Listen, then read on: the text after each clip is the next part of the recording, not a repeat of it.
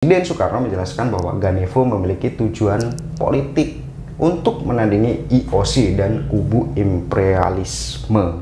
Nah guys, namun setelah itu tidak ada kabar dan pada akhirnya Ganevo itu bubar. Di samping itu, salah satu penyebabnya adalah lengsernya Presiden Soekarno yang digantikan oleh Presiden Soeharto pada waktu itu. Hai guys, gue Ryan. Guys, Insinyur Soekarno adalah Presiden Republik Indonesia pertama dan beliau adalah satu-satunya orang yang pernah membuat olimpiade tandingan yang ada di dunia ini. Insinyur Soekarno dilatar belakangi oleh kecaman dari KOI karena Indonesia pada waktu itu tidak mengundang pada acara Asian Games, yaitu Israel dan Taiwan mengikuti ajang olahraga tersebut. Akhirnya KOI atau Komite Olimpiade Internasional ini mengadakan pertemuan di Swiss yang akhirnya memutuskan bahwa Indonesia ditangguhkan kepesertaannya di Olimpiade musim panas yang akan diadakan di Jepang pada tahun 1964. Atas kejadian tersebut, Soekarno sangat marah dan pada akhirnya setelah beberapa hari, Insinyur Soekarno mencetuskan untuk membuat program olahraga tandingan yang diberi nama dengan Ganevo. Nah, seperti apa informasi detailnya dan bagaimana jalan ceritanya sehingga Presiden Insinyur Soekarno pada waktu itu melakukan atau membuat olahraga tandingan? Jangan kemana-mana buat lo yang baru nemuin channel gue ya guys ya. Jangan lupa untuk subscribe. Kita lanjut setelah pesan-pesan berikut ini.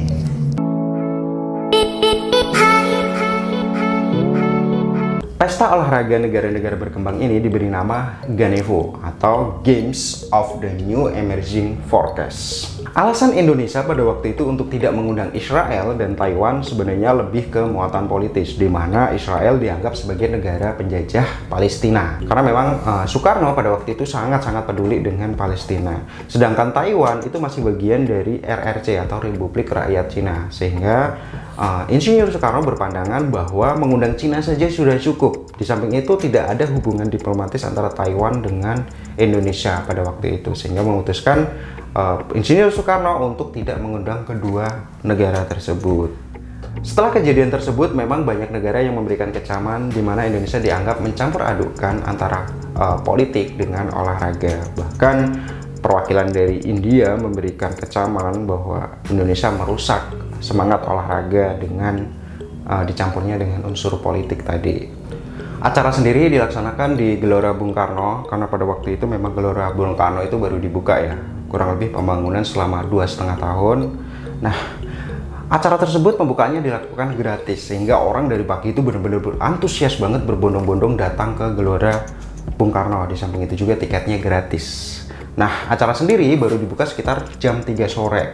Itu hampir 100.000 orang itu yang memadati Gelora Bung Karno untuk menyaksikan pembukaan acara Ganevo ini. Jadi benar-benar sangat-sangat meriah pada waktu itu. Di samping itu ada 500 perwakilan dari media luar negeri yang ikut hadir.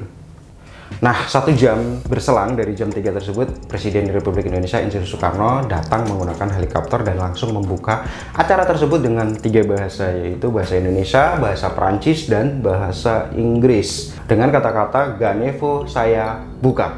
Nah, sangat-sangat meriah pada waktu itu acaranya. Nah, puncak acara tersebut adalah dinyalakannya tungku api Ganevo yang dilakukan oleh salah satu atlet Indonesia yaitu Harun Al-Rashid. Setelah dibuka, ajang-ajang perlombaan yang sudah direncanakan pun langsung dipertandingkan. Kurang lebih acaranya, olahraganya itu sama seperti Olimpiade karena memang si Ganevo ini didesain untuk menjadi tandingan dari Olimpiade. Nah, untuk persiapannya sendiri itu benar-benar sangat kilat loh guys. Dimana Presiden Insinyur Soekarno pada waktu itu memberikan instruksi ke Menteri Maladi sebagai ketua pelaksana untuk mengurusi Ganevo tadi. Pada waktu itu ada 10 negara yang diundang ya guys ya, yaitu ada Kamboja, Tiongkok, Guin, Indonesia, termasuk ya Irak, Pakistan, Mali, Vietnam Utara, Republik Persatuan Arab, dan Uni Soviet. Sedangkan Sri Lanka dan Yugoslavia hadir sebagai pengamat. Pertemuan tersebut dicetuskanlah The Game of the New Emerging Forecast ataupun Ganevo. Dalam pidato pembukaan Konferensi Detail Indonesia, Presiden Soekarno menjelaskan bahwa Ganevo memiliki tujuan politik untuk menandingi IOC dan kubu imperialisme. Sebenarnya Insinyur Soekarno itu tidak menentang ide yang ada di Olimpiade yang memang sudah ada. Nah, sebagai sarana persatuan, perdamaian, dan persahabatan antar seluruh dunia. Guys, pada waktu itu Insinyur Soekarno memanfaatkan Ganevo tidak hanya untuk ajang olahraga, tapi Insinyur Soekarno juga pada waktu itu mempromosikan ya, mengajak delegasi-delegasi dari seluruh dunia yang memang waktu itu hadir untuk berkeliling Indonesia. Di samping itu juga pada acara tersebut diadakan pameran seni ya dari beberapa negara yang memang ikut kepesertaannya di ajang olahraga tersebut. Pada waktu pelaksanaan Ganevo, IOC itu terus mengamati perkembangan dari Ganevo tersebut. IOC dan Federasi Internasional tidak dapat menoleransi pergerakan olahraga yang terang-terangan bertujuan politis, terutama yang ingin menyaingi Olimpiade. Nah, IOC ini guys ya, kemudian mengumumkan bahwa mereka tidak mengakui Ganevo dan akan mempertimbangkan untuk memberikan sanksi kepada atlet-atlet yang ikut berpartisipasi pada acara Olimpiade tandingan ini. Nah, sebenarnya ancaman tersebut membuat galau ya negara-negara yang ingin ikut acara Ganevo. Nah guys, dengan adanya ancaman sanksi yang akan diberikan oleh IOC, banyak negara-negara itu yang hanya menurunkan atlet kelas B-nya untuk mengikuti acara olahraga tersebut. Atletnya juga diancam guys pada waktu itu, diancam bahwa ada kemungkinan untuk ditangguhkan kepesertaannya apabila mereka mengikuti acara Ganevo tersebut.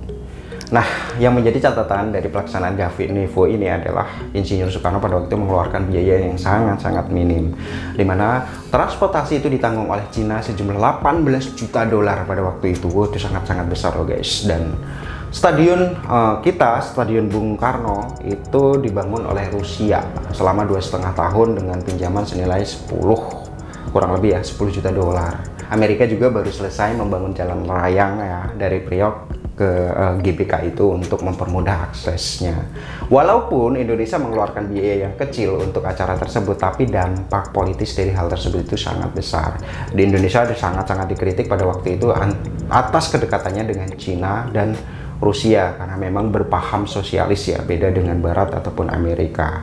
Nah guys, kenapa sih pada waktu itu Insinyur Soekarno itu benar-benar bersikeras untuk membuat si Olimpiade tandingan ini? Itu lebih karena muatannya adalah politis, karena memang Indonesia disanksi untuk tidak bisa ikut Olimpiade disebabkan oleh tidak diundangnya Israel dan Taiwan untuk acara Asian Games sebelumnya.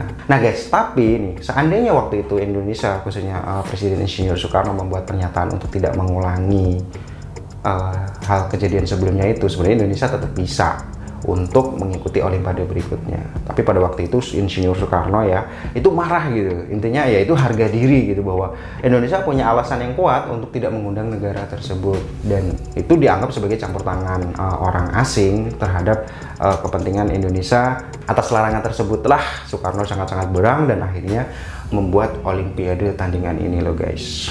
Nah guys, sebenarnya Insinyur Soekarno ini terkenal karena keberaniannya ya dalam menentang kebijakan-kebijakan hampir mayoritas dunia, di mana Insinyur Soekarno pernah menantang pendirian Federasi Malaysia, dan Indonesia yang negaranya belum genap usianya 20 tahun berani melawan IOC dan bahkan keluar dari keanggotaan IOC. Dan itu tadi sampai membuat Olimpiade tandingan. Sangat-sangat luar biasa ya kalau kita lihat keberanian Pak Soekarno ini ya. Nah guys, sekarang umur Ganevo itu sendiri sebenarnya nggak lama ya, karena acara pertama itu dilaksanakan pada tahun 1963 ya. Itu pesertanya itu sangat banyak pada waktu itu. Ada 2.700 atlet dengan 51 negara. Itu dari negara-negara berkembang yang ada di Asia dan di Afrika. Pada tahun berikutnya, yaitu pada tahun 1966, Ganevo II itu diadakan, yang tadinya akan diadakan di Mesir, tapi pada akhirnya dipindah ke Phnom Penh karena alasan politik. Tapi pesertanya pada waktu itu menurun ya guys ya, jadi nggak sebanyak sebelumnya, hanya 17 negara dengan atletnya sekitar 2.000. Nah, pada tahun 1970 rencananya Ganevo ini juga akan diadakan tepatnya di Beijing, Tiongkok.